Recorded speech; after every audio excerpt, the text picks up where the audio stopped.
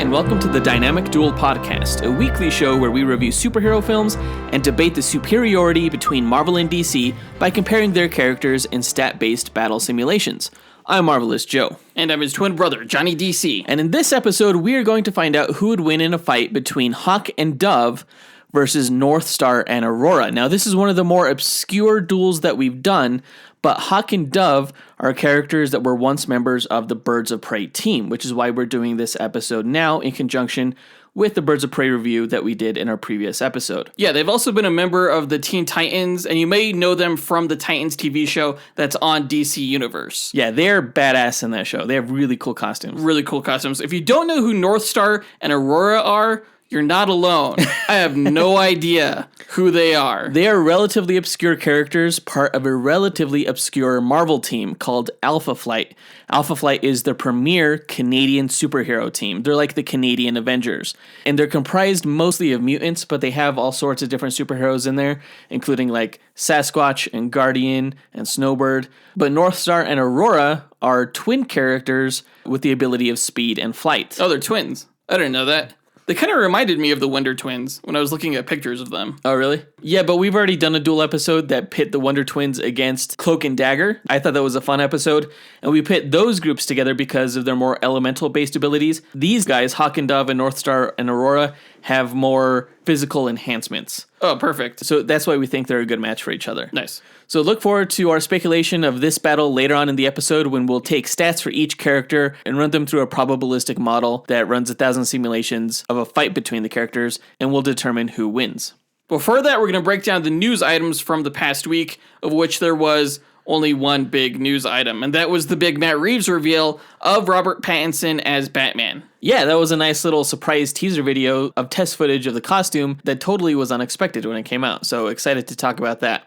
As always, we list our segment times in our episode description, so go ahead and check out our show notes to jump ahead to a topic that you want to listen to. Please don't forget to share, subscribe, rate, and review our podcast on whatever platform you happen to be listening to us on. Please, yes, whether it's Spotify or iTunes or any of the other podcast apps that are out there, you guys sharing the show is how we build our audience and increase the community among our listeners. Because we suck at social media. Apparently. It's like hard. Yeah, so please share us when you guys can. Actually, just on that note, if you don't follow us on Instagram, that's like our premier brand outlet. It's the easiest way to find the clips from our show. The artwork that you draw. Yeah, so if you ever need help spreading the word of Dynamic Duel, just send people to our Instagram, because I think once you go there, it's a lot easier to get an idea of what our show is over, say, Twitter or Facebook. So get on Instagram, guys. Just search for Dynamic Duel Podcast and you'll find us. With that out of the way, quick, to the No Prize. So No Prize is an award that Marvel used to give out up until the 90s to fans. Our version, the Dynamic Duel No Prize, is a digital award that we post on social media that I personally draw for those who we feel gave the best answer to our question of the week. Last week's question was on the heels of the 2020 Oscar ceremony where Joker won 2 awards. Our question was, make a prediction. Which 2020 Marvel or DC film do you think will win an Oscar and in what category? Now, we didn't get too many answers on this one. No, I don't think it was a question that people were maybe excited about answering. So usually, we get 15 answers. This time we only got 5. But that's not your fault. That's our fault, guys. Our bad. So our first honorable mention goes to Calvin John Delamerced for his answer of Wonder Woman 1984 for Best Visual Effects. Now, I didn't see a whole lot of visual effects within the trailer, but if they managed to pull off an awesome-looking invisible jet or something like that, and really the way she swung off those lightning bolts is pretty cool. I'm just really worried about the look of Cheetah, though. I think that's going to be more makeup than anything. Makeup and costuming. I assumed that it would have been a motion capture visual effect, but we'll see. Second honorable mention goes to Joel Seagrave, who said that Harley Binn and the Birds of Prey, typos intended, I don't get it. That movie is going to win a Golden Raspberry, not an Oscar. Although we're not sure in what category. Maybe Worst Picture, which it would not be deserving of either way. No, I don't think so. Matt Gonzalez gave the answer of none of them will win Oscars because The movies are for fans, not for critics. That doesn't necessarily mean that they can't win Oscars, though. And at first I was like, yeah, that's true. I mean, the movies don't need to be Oscar-worthy to qualify as good in the fans' eyes. That being said, if films like Lord of the Rings and Avatar can win all these Oscars, then surely something's wrong if these Marvel and DC films aren't winning Oscars. Luckily, the Joker did. But I do think that the Academy itself has it out for superhero genre films, and that they view them mainly as like adolescent power fantasies, popcorn films. That's not really the case. Especially for DC films, you know? And Marvel films. I don't know.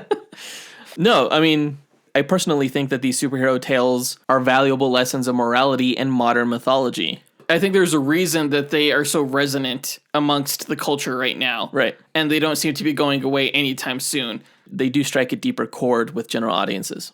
There are themes and lessons to be learned with each film, you know? Yeah. And I think those same kind of messages go back to the dawn of time when we first started telling stories. Exactly. And now we'll step off of our soapbox to announce the winners of this week's No Prize. Our first winner is Harrison Fox for his answer of Wonder Woman 1984, and he says that film is going to win Best Costume Design. And I buy it. You see Christopher Pine wearing that fanny pack, and you're like, absolutely, Best Costume Designer. It's a period piece. It's a period piece. No, but like the eagle armor, for sure, is an impressive work of costume design. We got a pretty good new look at that on the cover of Entertainment Weekly. You could just see like the wings on her armor. Yeah. They're like sword blades. It's going to be so badass. Yeah.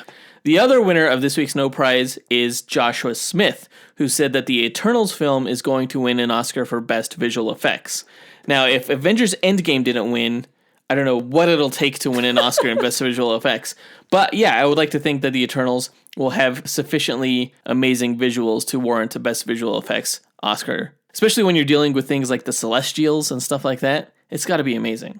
But congrats again to Harrison Fox and Joshua Smith. You guys win this week's No Prize. If you, the listener, want to win your own No Prize, go ahead and stay tuned to later on this episode when we'll be asking another question of the week. With that out of the way, on to the news.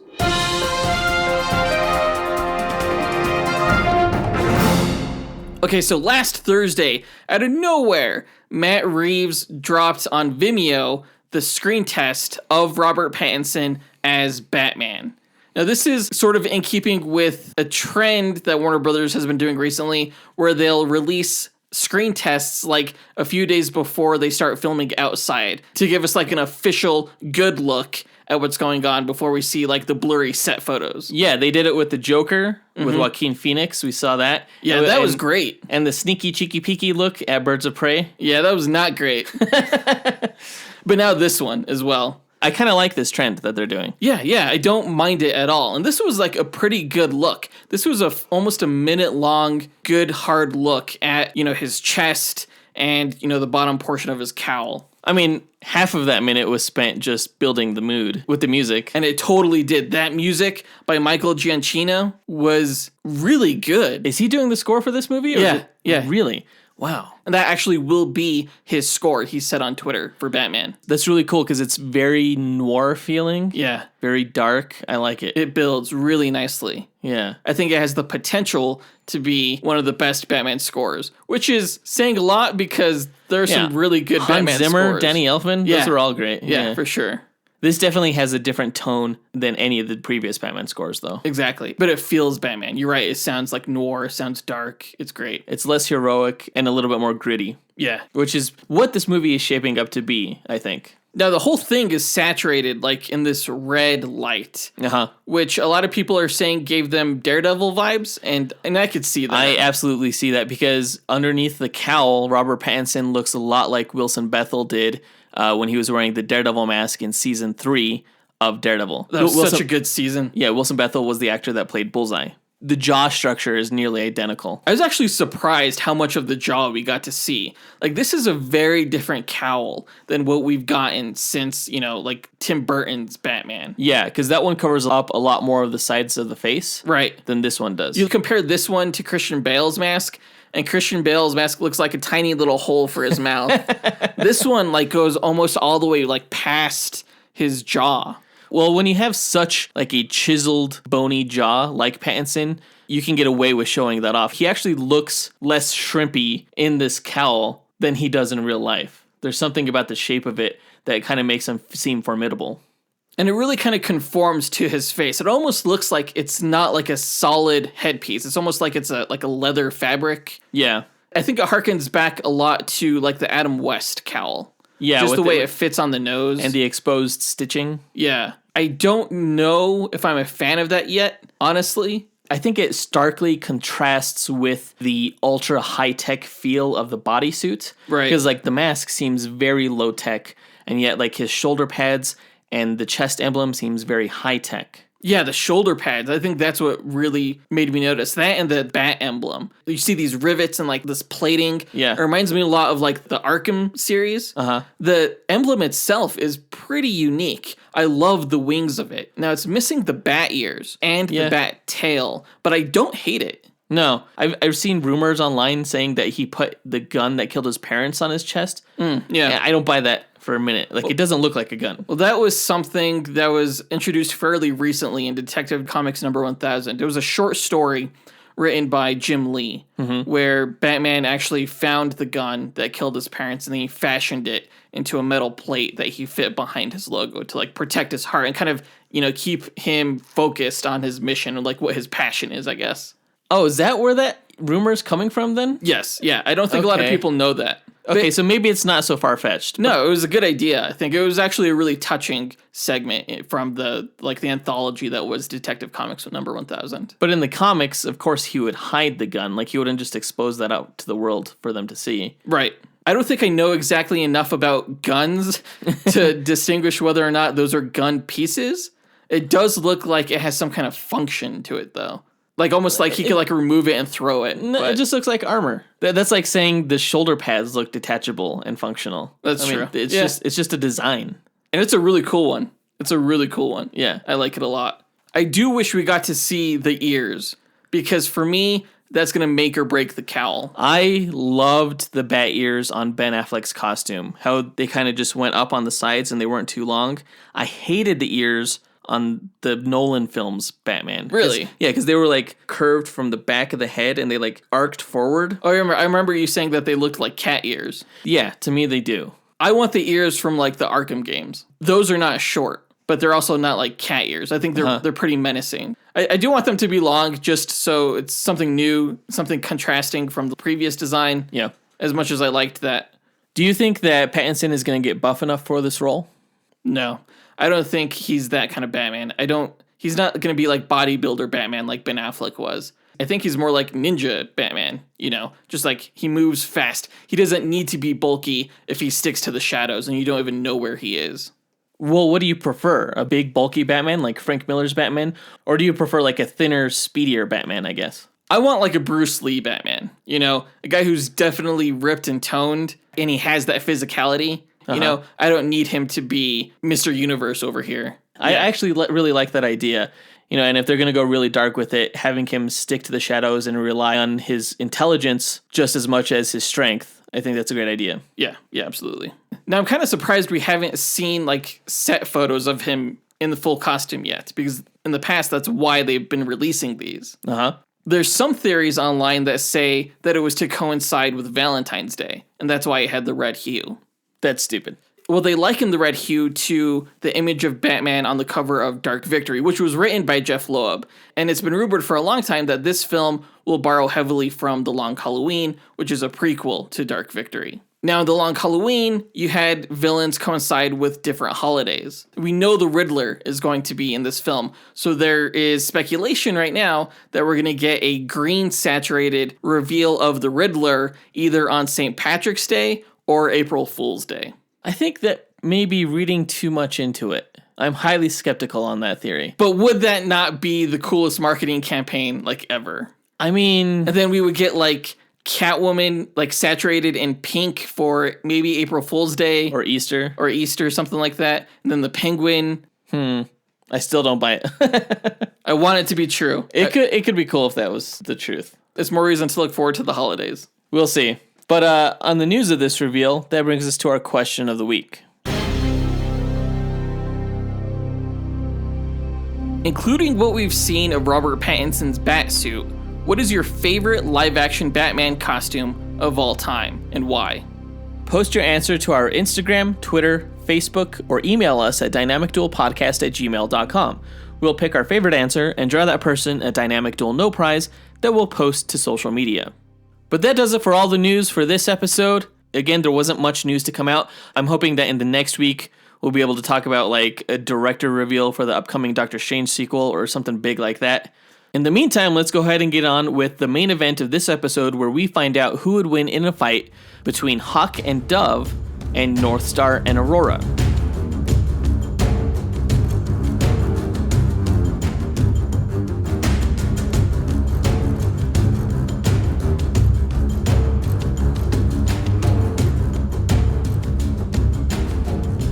All right, Hawk and Dove versus Northstar and Aurora. As we mentioned at the start of this episode, Hawk and Dove were members of the Birds of Prey team, and Northstar and Aurora are members of the Alpha Flight team, which is Canada's super team. I would say Hawk and Dove are more of Teen Titans than Birds of Prey. They weren't on Birds of Prey for very long. Although it makes sense because they're both named after birds. Yeah, it totally makes sense. Absolutely. Now, Northstar and Aurora aren't named after birds, but they are named after northern sky things. Yeah.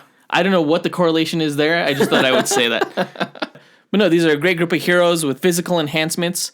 And I don't know much about Hawk and Dove. I know you don't know much about Northstar and Aurora. So we'll see if this is an actually good match when it comes down to discuss the simulations. Great time to figure this out. Now, if you've never listened to our show before, the way we determine the winner is through statistics and a Monte Carlo simulation. We take their stats based off of the Marvel Power Rankings grid, and the DC stats are extrapolated from that grid, including a few more additional stats to make a more robust simulation. Right, and we take those numbers and we put them in the probabilistic model known as a Monte Carlo simulation, and you can Wikipedia that shit. And basically what the simulation does is it randomizes the number along a normal distribution, which is a bell curve. We set it all up in our system. We set a standard deviation and everything. So the Monte Carlo simulation runs 1,000 simulated matches between these characters, and that produces a percentage of wins for each team. And no one character ever wins 100% of the time. There's always some way for some characters to beat other characters. Right. If someone did win 100% of the time, it's a horribly mismatched battle. It would be like Galactus versus Lois Lane or something like that. Right. And we would never do that match. Exactly. But yeah, our results are not based off of fan votes. We don't consider outlier feats of strength. We know that characters aren't always as good as the best they've ever been in the comics, you know? There is a deviation in what a character is able to do at any given month within the comics. And the model accounts for that through the normal distribution. Right. But before we run the simulations, we like to give a breakdown of each character's history and abilities. Now, this episode is rare in that we have a duo going up against a duo. Now, we've only done this a couple times before, like with our Wonder Twins versus Cloak and Dagger match, and our Daughters of the Dragon and Daughters of the Demon match. So the way the simulations play out is a little bit different, but we still get a percentage of wins that's accurate within a small margin of error. Yeah, instead of comparing the characters' stats against each other 1,000 times, we're comparing matrices of data that pit each character against each character against each character. Against each character. Right. So let's get into it. I believe I go first this time with the history of Northstar, known as Jean-Paul, and Aurora, known as Jeanne-Marie. Now, in Quebec, Canada, newly born infant twins Jean-Paul and Jeanne-Marie Boubier were orphaned almost immediately after entering this world when their parents were killed in a car crash. Yeah. The twins were given to their mother's cousin, who could not afford them and had to give them up to the foster system, where they were separated from each other, growing up unaware of the other's existence. Jeanne-Marie was adopted by the private Catholic school Madame Dupont's School for Girls, a strict institution that led her to grow up terribly insecure, introverted, and lonely. Jean-Paul was also lonely, growing up in uncaring foster homes and getting into trouble as an angry and frustrated youth. Individually, things got so bad for the two that Jean-Paul turned to a life of crime as a thief, and Jeanne-Marie became depressed at the school and tried to commit suicide by jumping off the roof. Jeez! In these turbulent moments, both discovered that they had the mutant powers of speed and flight. Jeanne-Marie was saved from death by flying, and Jean-Paul survived on the streets using his speed to steal from others. Like Quicksilver? Yeah, like Quicksilver, although he can fly, unlike Quicksilver. Jeanne-Marie thought her powers were a miracle from God, but the school headmistress called her a blasphemer and disciplined her severely. This caused Jeanne-Marie to mentally block her abilities by developing a dissociative identity disorder where she was unaware of her talents, as a defense mechanism to avoid further punishment. Meanwhile, Jean-Paul inadvertently tried to steal from another thief named Raymond Belmond, who caught him and served as his mentor, helping Jean-Paul not only come to terms with his burgeoning mutant powers, but with his homosexuality as well. As you may know, Jean-Paul was one of Marvel's first openly gay superheroes. Jeanne-Marie eventually became a schoolteacher while Jean-Paul became an Olympic skier. One evening, on her way home, Jeanne-Marie was mugged and her repressed powers unleashed to fend off the attackers. She was assisted by Wolverine, who at the time was living in Canada helping James Hudson create the super team Alpha Flight, which is a Canadian group overseen by Department H, a government branch that sanctioned all superhero activity in Canada. You can learn more about this in our Hawkman vs. Wolverine Duel episode.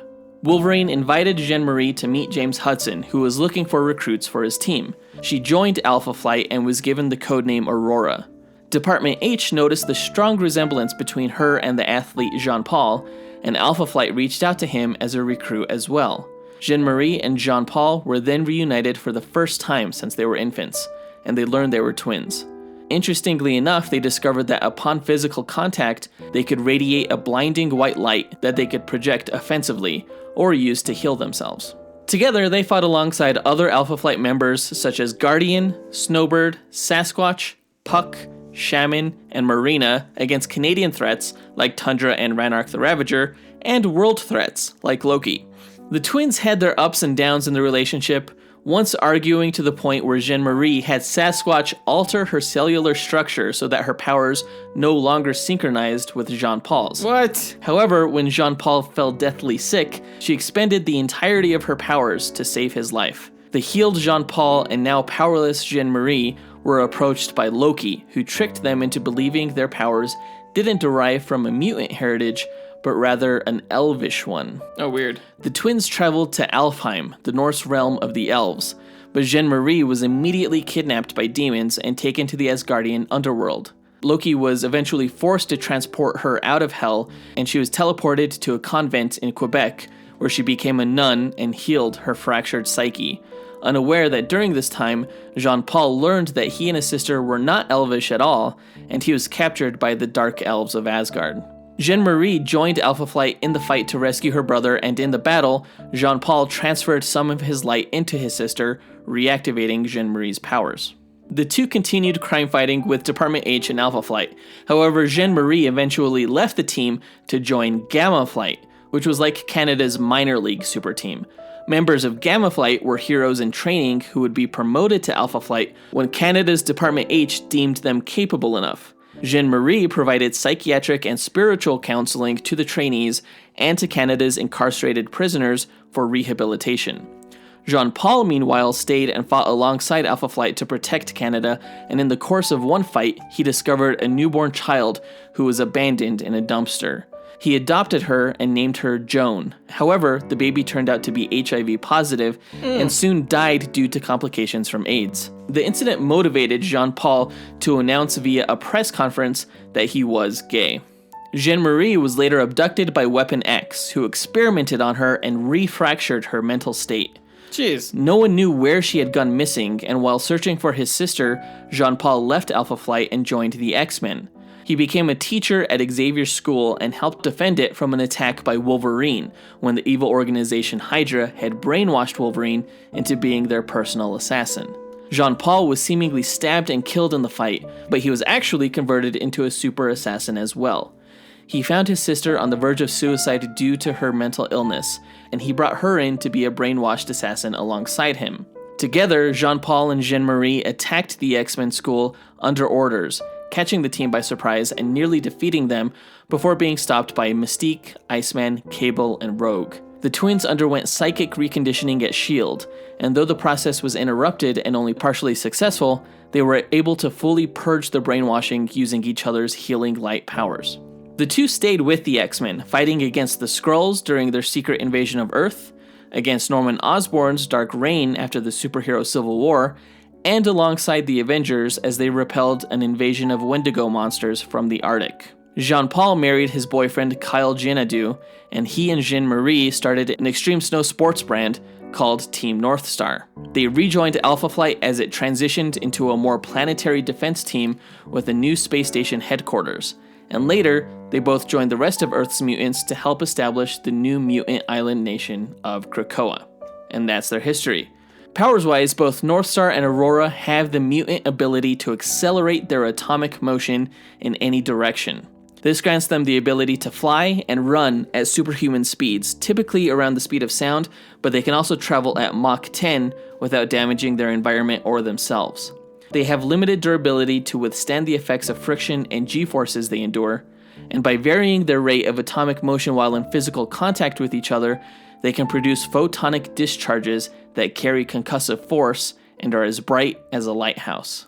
They have also used this photokinesis ability to heal each other on occasion. And that's Northstar and Aurora. Their backstory is actually a lot more compelling than I thought it would be. Yeah. There's a lot of like heavy themes and issues. Absolutely. That's what I thought when I was compiling their backstory. I was like, holy shit, I didn't know they went through all that. That's crazy. Damn. It just goes to show that popularity really has nothing to do with the quality of a character. Because I think these two are both fascinating now. I actually learned a lot about Hawk and Dove when I was doing research for them, and their backstory is much more compelling than I thought it was going to be as well. Oh, yeah? Too. Yeah, let me get into that. Yeah, let's hear it. So, Hawk and Dove were created by Spider-Man co-creator Steve Ditko and collaborator Steve Skeets during their time working for DC Comics in the 1960s, a time when the US nation was heavily divided politically, specifically over the issue of war. From that backdrop, the characters of Hawk and Dove were conceived, as conservatives were often referred to as war hawks and liberals as war doves. Henry and Donald Hall, who also went by Hank and Don respectively, were teenage brothers living in the Midwestern town of Elmond and were the sons of the local Judge Irwin Hall. Hank was a staunch, hot-headed conservative, and Don was a thoughtful, passive liberal. Though their ideologies were diametrically opposed, they teamed up when an assassin tried to kill their father.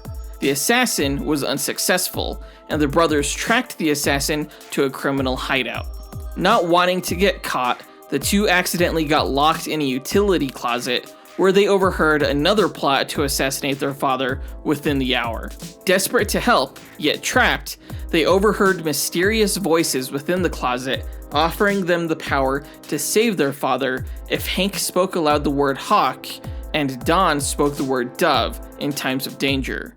They did, and were transformed into the heroes Hawk and Dove, faster, stronger, and able to easily defeat the would-be assassins. The two brothers continued to put aside their differences and work together as a team, fighting crime within the town of Elmond, while their father, Judge Irwin, who held a politically balanced viewpoint and firmly opposed vigilantism, often publicly denounced the actions of Hawk and Dove, unaware that they saved his life and were his sons. Hawk and Dove eventually joined the Teen Titans, a super team you can learn more about in our Titans vs. X-Men episode. Over time, however, the brothers' political ideologies no longer conformed to the evolving political landscape, and the same mysterious voices who gave them their powers took them away. Their powers weren't reinstated until the Crisis on Infinite Earths event, when the two joined heroes from across the multiverse to stop its destruction at the hands of the Anti-Monitor.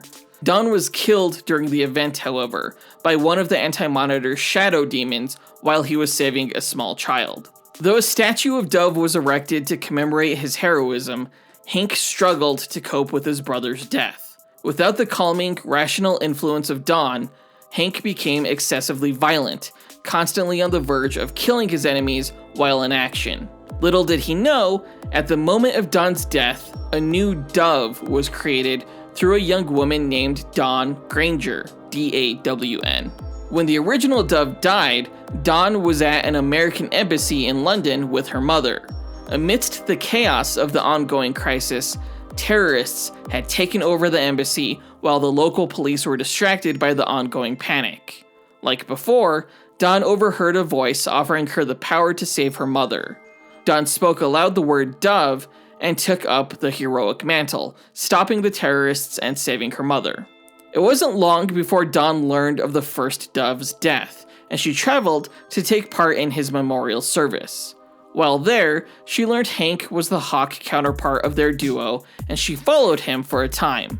It turned out they were both students at Georgetown University in Washington, D.C., and she became a part of his circle of school friends. Eventually, she revealed to Hank that she was the new Dove, which he aggressively opposed, not liking the idea of his brother being replaced. Together, they learned that they received their powers from the Lords of Chaos and Order, and that a new agent of the Lords of Chaos, the villain Kestrel, was manipulating Hawk into becoming more erratic and chaotic through his grief. Dove helped Hawk cope, however, and they defeated Kestrel together, bringing Hank to the realization that he needed Dawn to help him heal. They joined forces to combat crime in the Washington, D.C. area together as the new Hawk and Dove. Eventually, Kestrel was reborn, possessing the body of Hank's girlfriend, Ren, who attacked the duo before jumping into an alternate dimension known as Druspa Tau, where the Lords of Chaos and Order had taken up residence. Hawk and Dove followed Kestrel and found that their powers increased in the new dimension. Dove gained the ability to fly, and Hawk grew claws, but both were recruited into a war between the Lords of Chaos and Order. Wait, she gained the ability to fly and he just grew fucking claws? He also had like a sword and like a mohawk. It's pretty crazy, pretty wild. Okay. As the Lords of Chaos grew victorious, Hawk and Dove were summoned by the two lords that had created them.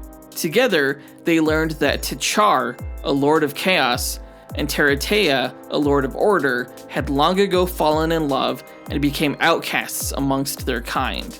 To prove the potential of Chaos and Order working together, they created Hawk and Dove, and explained that a union between Hank and Dawn would result in an extremely powerful child of both Chaos and Order. T'Char and Teratea were fatally injured as they helped defeat the Lords of Chaos, but transferred their essences into Hawk and Dove as they died, making the heroes' increased power permanent, even when they returned to their normal dimension. Were Hank and Dawn like cool with this so-called union between the two? No, they each had their own like respective boyfriend and girlfriends. Oh, So it was that's awkward. news to them, yeah. Back home, a time-traveling being known as Wave Rider contacted them and other heroes, warning them that one of them would become an all-powerful and oppressive tyrant from a dystopian future known as Monarch. Monarch had followed Wave Rider back in time, however, and fought the heroes, killing Dove. Monarch was originally supposed to be the hero Captain Atom, but when his mysterious identity was accidentally leaked, DC Comics made a last-minute change to the story. When Monarch killed Dove, the enraged Hawk killed Monarch and removed his helmet, only to discover he was the future Monarch. Driven insane by the revelation and Dove's death, Hank became the time-traveling villain Extant, who partnered with Hal Jordan when he was the villain Parallax to reshape the timeline as they saw fit.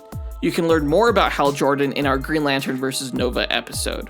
Extant was eventually killed by Hourman and the new god Metron when they teleported him into an airplane in the past, moments before it crashed. It was later revealed that not only was Dove still alive, but that her death was faked by a Lord of Chaos named Mordru, who possessed Hawk when he suffered his mental breakdown. Using Hawk's body, Mordru, as Extant, impregnated Dove, with the intent of possessing their extremely powerful child, though the reincarnated soul of Hector Hall, son of Hawkman and Hawkgirl, beat Mordru for control of the baby's body, and used it to become the new Dr. Fate, who you can learn more about in our Dr. Fate vs. Dr. Strange episode.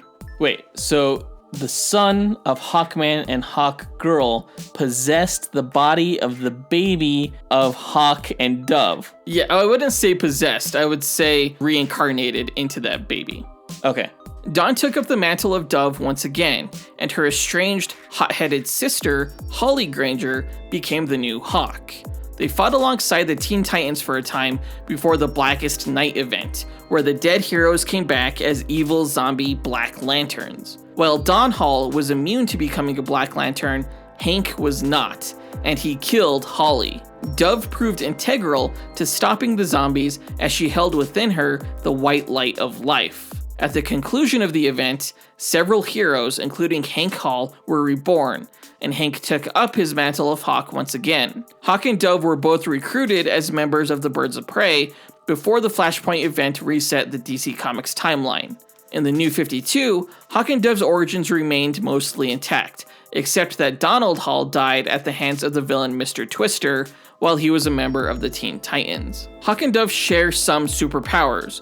Both have a danger sense that triggers their transformation, and they both have superhuman strength, agility, and durability. Though Hawk is stronger and much more durable, he's basically invulnerable, while Dove is more agile and has better reflexes. Both have accelerated healing, but Dove can fly and project blinding beams of light.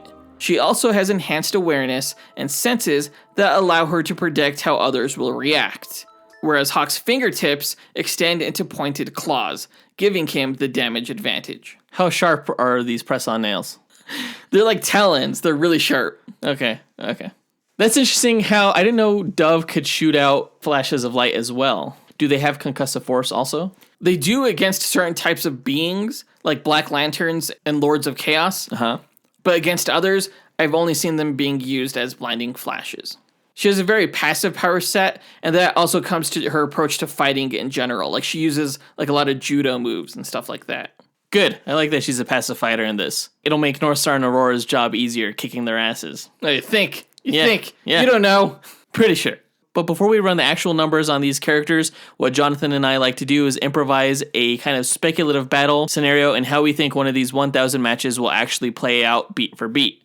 We don't set any rules for this particular scenario, other than the fact that the characters don't know anything about each other, save that the other team is a threat that they need to put down, and they start off about 50 yards apart on a battlefield that plays no bearing on the match itself. Because we don't take any stats for the environment, and certain characters have advantages in some environments over others. Right, so we say that these characters have to win on their own merits, and the environment plays no factor in the battle. So let's get into it. 50 yards apart, no environment. Characters see each other. Who goes first? Gotta go with Northstar and Aurora on this one because they are much faster than Hawk and Dove. Because how fast are Hawk and Dove? They're not actually that fast. Like, it's more about like agility and reflexes. I mean, they probably could run faster than your typical person, but not by much. You know, Dove flies. Hawk can leap. They don't need to run that fast. Okay, so they're like Black Panther fast. Yeah. Black Panther, Captain America, exactly. Okay. Well, Northstar and Aurora are like Quicksilver fast. They have the potential actually to go up to about the speed of light, although they like never do that because they're not necessarily physically equipped to do that. But theoretically, that's possible, I guess. Really? Yeah. Okay. So they accelerate their atomic motion toward Hawk and Dove. Basically, they run up to them and start just like punching them repeatedly in both their faces. Okay, but right before this happens, Hawk and Dove get the danger sense that it's about to happen. Oh shit, the danger sense. So they react. As Northstar and Aurora run towards them, Dove dives to the ground, tripping both of them so that they both like go careening right into Hawk's fists, and they're just like laid out on the ground. So they're like clotheslined? Exactly. Teamwork. Dang, I did not start this match out well. Nope. Dang, that was a really good counter move right off the get-go. It's what they do. Yeah. So Jean-Paul and Jean-Marie are both on the ground just feeling the pain of getting clotheslined. They're like, oh, we didn't think that one through. And now they're feeling the pain of just being like pounded into the ground by Hawk's superior strength. He's just pummeling them with his fists. Well, they have enhanced reflexes too. So as they see Hawk raising up his fists to punch both of them simultaneously while they're beneath him, in tandem, they both jump up to their feet, grab his arms, and spin around him like a cyclone, making him dizzy. They use that centripetal inertia to just slingshot Hawk right into Dove, knocking Hawk and Dove over.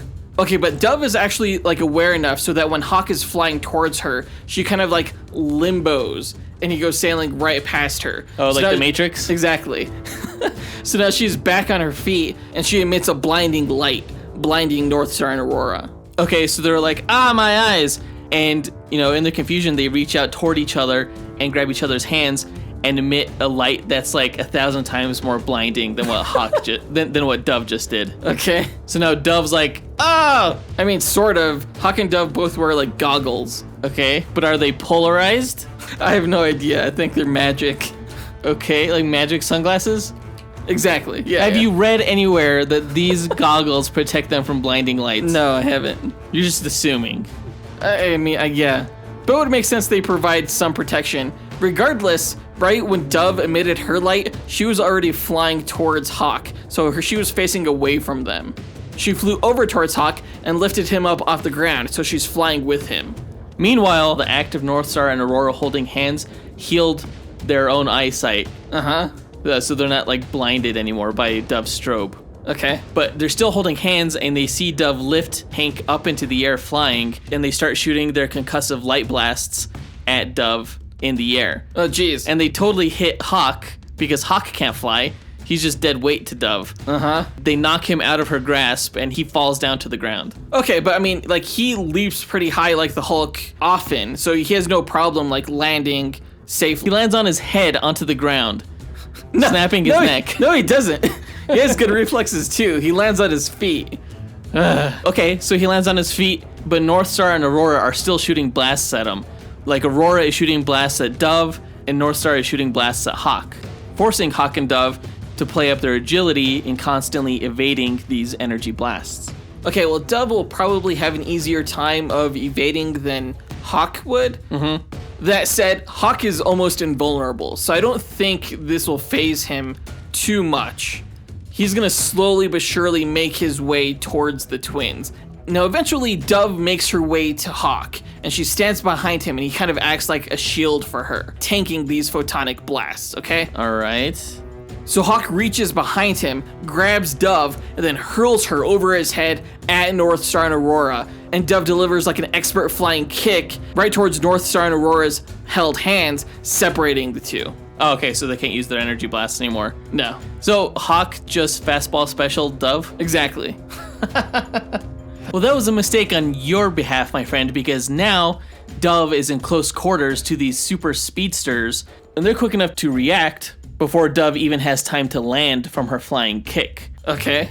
So Northstar rushes over and grabs both of Dove's arms, pinning them behind her back, and Aurora runs over and starts using her face as like a punching speed bag, just over and over again. Well, I mean, I don't think it would go that far because Dove does have increased durability. But the lenses in her goggles are at least cracked, I'll say.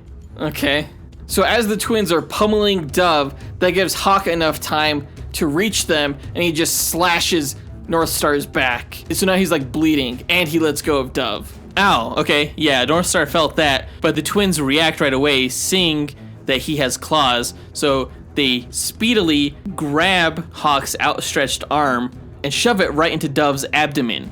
So they just made Hawk stab Dove with his claws. I'd like to think that Dove would probably be able to see that coming, because that's like one of her powers. She's almost like Spider-Man with her danger sense. But I think she's also still recovering from the face pummeling. Yeah. The broken goggles. Yeah. So that happens, but like you just made Hawk really angry, like even more angry than he usually is. Meh, I'm not scared.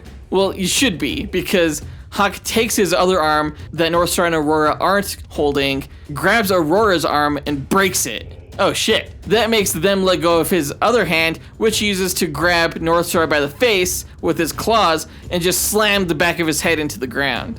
Now Dove, she's gonna be healing, okay? She has a healing factor, it's gonna take a while, but she'll be healing over time. She takes advantage of this opportunity to separate Northstar and Aurora, because she's smart enough to know that they should be separated. So she'll grab Aurora, who has her broken arm, while Hawk deals with Northstar, and Dove just flings Aurora far away and chases after her to go fight her and make sure she doesn't get close to Northstar again. Well, I think that's a mistake. Northstar slips out from underneath Hawk's grasp at super speed, and he's bruised and bleeding and everything, but he zips right in front of Hawk and does this move that he's done against the Hulk, where it's a quick series of rapid fire strikes to a vulnerable area. And he starts basically jackhammer karate chopping Hawk right in the throat, right in the Adam's apple. That's worked against the Hulk? Yeah, it has. And while Northstar is doing that, Aurora, after being thrown by Dove, shifts her atomic motion in the opposite direction of which she was thrown and plows right into Dove with a flying kick. sending her crashing into the ground. So Dove is like broken and bleeding too. Hawk is over there like choking on his own Adam's apple. So he's somewhat incapacitated. And Aurora and Northstar fly over to each other and grab hands again and start using their healing light to heal each other. You know, the deep gashes in Northstar's back start healing, and Aurora's broken arm start healing. They can heal that fast? I mean, it takes a while, but it works like a healing factor. Well, I mean, Hawk and Dove both have healing factors too. So while Northstar and Aurora heal, so do Hawk and Dove. The difference being that while Northstar and Aurora are healing, they can also be shooting concussive blasts at Hawk and Dove. But I mean, again, that's not going to do too much to Hawk, who can kind of like tank that pretty easily, while Dove uses him as a shield, and they both take time to heal. And then the whole match starts over from the beginning. We'll go ahead and end our improvised scenario there and run the actual numbers on this match to find out which of these characters comes out victorious. Okay, this turned out to be a better match than I thought, because while the statistics between these characters don't really match up, they do kind of compensate. I mean, Northstar and Aurora are extremely fast and extremely evasive, and they have decent range, but in every other category, Hawk and Dove outshine them. Yeah, Northstar and Aurora had almost the same stats. Yeah. Hawk and Dove varied a little bit more. Right. Like, Hawk is definitely the strongest of all four of the characters. Yeah, and the best fighter. But Dove was like the most well-balanced character. Right. It was almost like Hawk was the opposite of Northstar and Aurora, and then you have the balanced Dove in the mix. Yeah. So when you compare these matrices of data and you average everything out, you actually get a match that's really damn close, which is great because I had no idea that this match would actually be that close. Yeah, this is compared to our Instagram poll, which I think had 83% of the people choosing Hawk and Dove over Northstar and Aurora. Yeah, what do those people know?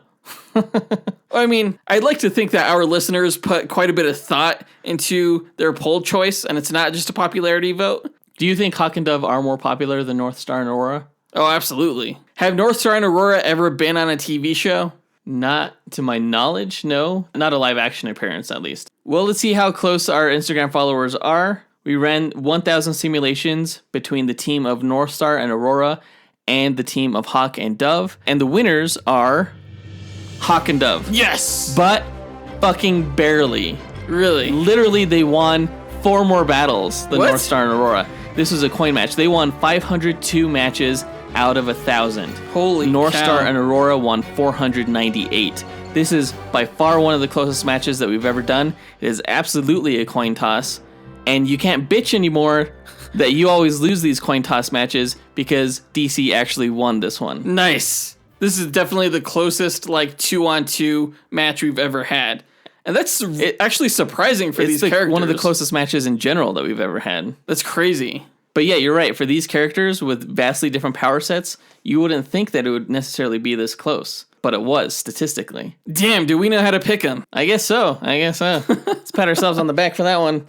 It was a great matchup, though. I can't even be mad about this. So I will be a good sport about it for the very first time in my life and say, good match, sir. Thank you. Marvel can be the more gracious acceptor of defeat when the occasion calls. They are the number one loser. No, we're not losers. We're just, occasional not winners. Losers. No. That does it for this matchup, guys. Go ahead and let us know what you thought about this duel between Hawk and Dove and Northstar and Aurora by writing into us via social media on Facebook, Instagram, or Twitter. Again, Instagram is the place to follow us if you're a cool kid. Yeah, Instagram is like all about our brand. Twitter is all about news. And Facebook, I don't know what what barren Facebook wasteland. is. Yeah. I guess it's good for a community. Yeah, exactly. Yeah. But you can find links to all of our social media profiles if you visit our website, dynamicduel.com, where you can also listen to our podcast and find links to some of our bonus content, such as blooper episodes and movie pitches, and check out our merchandise store on TeePublic, where we sell various memorabilia with Jonathan's no prize artwork. That's right. I don't even know who I'm drawing this time. I'm not drawing both of them. I might do Hawk. He has like a cool cape. Yeah, he does have a pretty cool aesthetic. So yeah, look forward to seeing some Hawk merch up on the site. In our next episode, since both Northstar and Aurora were members of Alpha Flight alongside Wolverine, we've decided to do a throwback review of the Wolverine movie, and that's the film where he goes to Japan. it is the final Wolverine solo movie that we have to review because we've already done Logan and X-Men Origins Wolverine. That being said, we still have a few more other X-Men movies to review. So I did enjoy that movie. Hopefully you guys did too, and hopefully you look forward to our next episode coming out next Tuesday. Please don't forget to share our podcast with your friends and family. Please rate us and review us on the platform of your choosing, whatever you're listening to us on. And subscribe if you haven't already. It's a helpful reminder as to when our episodes are released. Yeah, that way you don't miss a show. Special thanks to our executive producers, John Spees and Bodo Winter. We'll talk to you guys next week. Up and away. True believers.